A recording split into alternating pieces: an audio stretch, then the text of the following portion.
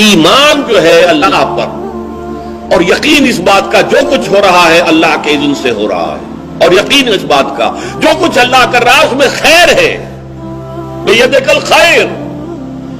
چاہے مجھے ایک بات ابھی ناگوار گزری ہے، مجھے تکلیف پہنچی ہے، اللہ کے اسکیم میں، the higher level scheme of things, divine scheme of things کے اندر اس میں کوئی نہ کوئی خیر ہے، تم جانتے نہیں۔ اس کو کھولا گیا۔ پہلی بات تو یہ ہے کہ تمہیں خوشی ملے، راحت ملے، مسرت ملے، یا کوئی غم ہو یا رنج ہو یا دکھ ہو، دونوں حالتیں برابر ہیں، اس لیے کہ دونوں میں آزمائش ہے۔ کبھی وہ دے کر آزماتا ہے، کبھی چھین کر آزماتا۔ دے کر آزماتا ہے، شکر کرتا ہے کہ نہیں، چھین کر آزماتا ہے، صبر کرتا ہے یا نہیں۔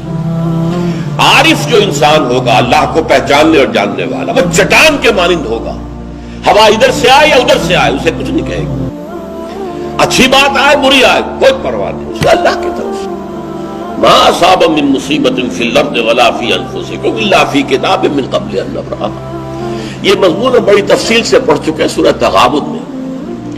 وہاں فرمایا تھا دوسرے رکوع کی پہلی آیت، ما اصاب من مصیبت الا باذن اللہ، کوئی مصیبت، کوئی تکلیف، کوئی پڑھنے والی نہیں پڑتی مگر اللہ کے اذن سے۔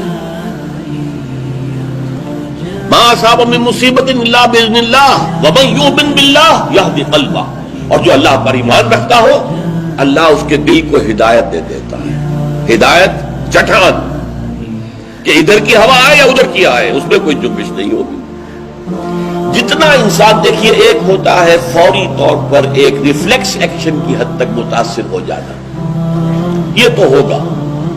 آپ کا ہاتھ جہاں رکھا ہوا تھا کسی چیز نے کاٹا، آپ کا ہاتھ فوراً جو ہے اٹھ کے آ جائے گا، اس میں آپ کے ارادے کو کوئی دخل نہیں ہے، یہ ریفلیکس ایکشن ہے، آپ کی سوچ کو، آپ کے ارادے کو کوئی دخل نہیں۔ تو کسی خیر سے عارضی سا فوری سے مسرت ہو جانا اور کسی تکلیف سے عارضی سی فوری سی کوئی اس کا تاثر ہو جائے، یہ خلاف ایمان نہیں۔ لیکن اگر یہ پینڈولم زیادہ حرکت کر رہا ہے، خوشی میں زیادہ ادھر چلا گیا، غمی میں زیادہ ادھر چلا گیا، تو جتنا اس پینڈولم کی رینج ہے اتنی ہی آپ خدا سے دور۔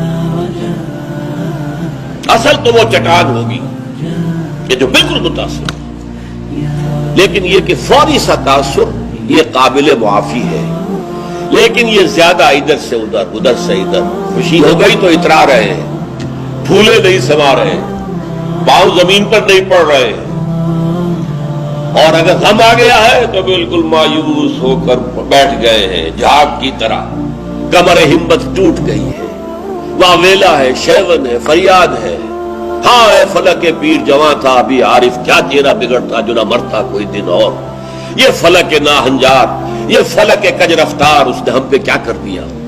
یہ ساری باتیں جو ہے یہ اللہ سے محجوب ہونے کی علامت ہے۔ اب اس میں بھی درجے ہیں کئی۔ دیکھیے پہلی بات یہ ہے کہ خوشی والی بات ہو، غم والی بات ہو، دونوں برابر ہیں، کیونکہ یہ بھی آزمائش، وہ بھی آزمائش۔ یہ بات سورۃ الفجر میں کہی گئی بہت خوبصورت انداز میں۔ اللہ تعالیٰ نے انسان کی تھوڑ دلے پن کی شکایت کرتے ہوئے، شکوہ کرتے ہوئے کہا فَأَمَّا الْإِنسَانُ إِذَا مَا ابْتَلَاهُ رَبُّهُ فَأَكْرَمَهُ وَنَعَمَهُ فَيَقُولُ رَبِّي أَكْرَمَنِ۔ اس انسان کا حال عجیب ہے جب اس کا رب اسے آزماتا ہے اور عزت دیتا ہے، نعمتیں دیتا ہے، تو کہتا میرے رب نے مجھے بڑی عزت دے دی۔ وَأَمَّا إِذَا مَا ابْتَلَاهُ فَقَدَرَ عَلَيْهِ رِزْقَهُ، اور جب اللہ آزماتا ہے اسے اور اس کی روزی تنگ کر دیتا ہے، فَيَقُولُ رَبِّي أَهَانَنِ، یہ کہتا ہے رب نے مجھے ذلیل کر دیا۔ کلا، ہرگز نہیں۔ اب یہاں دیکھیے، سوچئے اس نے کیا غلط بات کہی۔ عزت دی تو اللہ نے دی اور ذلت آئی تو اللہ کی طرف منسوب کر رہا۔ اس نے کسی بت، کسی دیوی، کسی دیوتا کا ذکر تو نہیں کیا نا، وہ مشرک تو نہیں ہے، پھر کیوں اس میں تنقید کیوں ہو رہی ہے؟ فَأَمَّا الْإِنسَانُ إِذَا مَا ابْتَلَاهُ رَبُّهُ فَأَكْرَمَهُ وَنَعَمَهُ فَيَقُولُ رَبِّي أَكْرَمَنِ وَأَمَّا إِذَا مَا ابْتَلَاهُ فَقَدَرَ عَلَيْهِ رِزْقَهُ فَيَقُولُ رَبِّي أَهَانَنِ۔ کلا، نہیں۔ کیا مطلب؟ یہ دونوں ابتلاءات ہیں، وہ بھی ابتلا ہے، یہ بھی ابتلا ہے۔ وہ چھین کر بھی آزما رہا ہے، دے کر بھی آزما رہا ہے، یہ تو آزمائش ہے، دونوں برابر ہیں۔ لیکن اس سے اگلا مرحلہ اور ہے. عام طور پر ہم یہ سمجھتے ہیں کہ تکلیف والی آزمائش سخت ہے اور خوشی اور مسرت اور نعمتوں والی آزمائش جو ہے یہ ہلکی آزمائش ہے، آسان ہے. معاملہ اس کے برعکس ہے. تکلیف میں ہوں گے اللہ کو یاد کریں گے، پکاریں گے، دعائیں کریں گے، اور اگر نعمتیں ہوں گی غافل ہو جائیں گے، بھول جائیں گے. کون سا امتحان زیادہ سخت ہوا نتیجے کے اعتبار سے؟ تکلیف والا امتحان زیادہ سخت نہیں ہے. مسرت، کثرت ہر شے کی، یہ چیز زیادہ نقصان دہ ہے، زیادہ بڑا امتحان ہے. اسی لیے خلق قرآن کے مسئلے پر جب وہ مار ماری گئی تھی امام احمد ابن حنبل رحمۃ اللہ علیہ کو، کہ جس کے بارے میں کہا جاتا ہے کہ اگر وہ مار کسی ہاتھی کو ماری جاتی تو وہ بھی چیخ اٹھتی، اس وقت ان کی آنکھوں میں کبھی آنسو نہیں آئے.